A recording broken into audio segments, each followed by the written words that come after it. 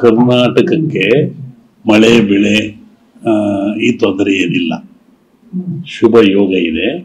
ಆದರೆ ಪ್ರಾಕೃತಿಕ ದೋಷಗಳು ಬಹಳ ಇದೆ. ನೆಮ್ಮದಿ ಇರೋ ಕಷ್ಟ, ಭೂಮಿ ಅರ್ಥಕ್ವಿಕ್ ಆಗ್ತಕ್ಕಂಥದ್ದು, ಭೂಮಿ ಸುನಾಮಿ ಹೇಳಿದ್ರಲ್ಲ, ಸುನಾಮಿ ಆಗುವುದು, ವಾಯುವಿನಲ್ಲಿ ಸುನಾಮಿ, ಪ್ರಾಕೃತಿಕ ದೋಷಗಳು ಹೋದ ವರ್ಷಕ್ಕಿಂತ ಹೆಚ್ಚಿದೆ ಈ ಸಲ. ಬಿಸಿಲು ಧಗೆ ಬಹಳ ಆಗ್ತದೆ, ಧಗೆ ಅಷ್ಟೇ ಹಿಮಪಾತವೂ ಆಗ್ತದೆ. ರಾಷ್ಟ್ರ ರಾಜಕಾರಣದಲ್ಲಿ ಸುನಾಮಿ ಸಮಯ ಏನಾದರೂ ಒಂದೇನು ಊರಿಗೆ ಕಳಿಸಲ್ಲ ನೀನು ಹೇಳಮ್ಮ. ಯುಗಾದಿ ಕಳ ಚೆನ್ನಾಗಿ ನಡೀತಾ ಇದೆ, ಅಪಸ್ವರ ನುಡಿಯೋದು ಬೇಡ ಅಷ್ಟೇ ನಿಮ್ಮ ಉದ್ದೇಶ. ನಮಗೇನು ಅವರ DK ಶಿವರಾಗಲಿ ಬೇರೆ ಬಗ್ಗೆ ದುರಾಭಿಮಾನ ಇಲ್ಲ, ಅಭಿಮಾನ ಇದೆ. ಹೋರಾಟ ಮಾಡ್ಕೊಂಬಂದಿದ್ದಾನೆ ಮನುಷ್ಯ ಮೊದಲಿಂದಲೇ.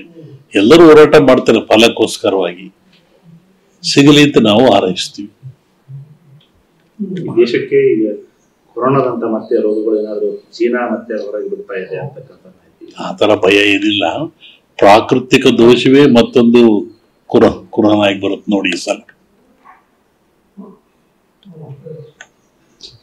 ಭೂಕಂಪನ ಆಗ್ತಕ್ಕಂಥದ್ದು, ಭೂ ಸುನಾಮಿ ಅಂತ ಹೇಳಿದ್ನಲ್ಲ, ಅದು ವಾಯು ಸುನಾಮಿ, ಎಲ್ಲಾ ದೃಷ್ಟಿಯಿಂದ ಅದು ಬರೋ ಸಂವತ್ಸರ ಕೆಟ್ಟದೇನಲ್ಲ, ಚೆನ್ನಾಗಿದೆ ಅಷ್ಟೇ ಹೇಳ್ತೀನಿ.